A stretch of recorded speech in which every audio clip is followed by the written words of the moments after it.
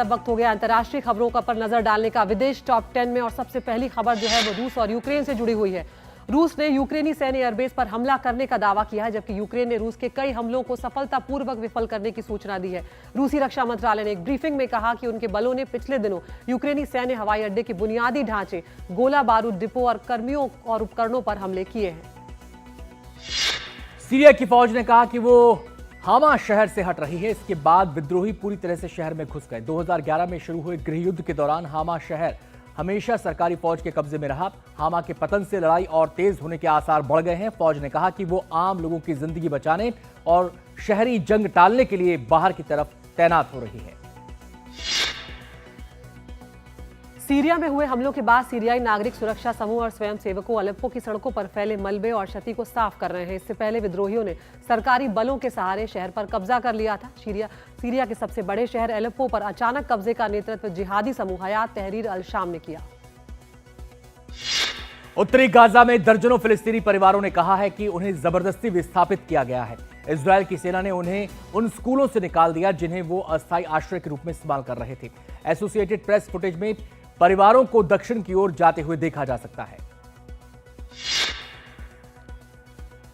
दक्षिणी गाजा में विस्थापित लोगों के एक शिविर पर इजरायली हमले में कम से कम 21 लोग मारे गए हैं। दक्षिणी शहर खान यूनिस में नासिर अस्पताल के निदेशक आतिफ अल हौत ने कहा कि अस्पताल में कम से कम 15 शव पहुंचे, लेकिन मृतकों की सटीक संख्या बताना कठिन था क्योंकि कई शव शत विशत हालत में थे। कुछ के सिर नहीं थे या बुरी तरह से जल चुके थे।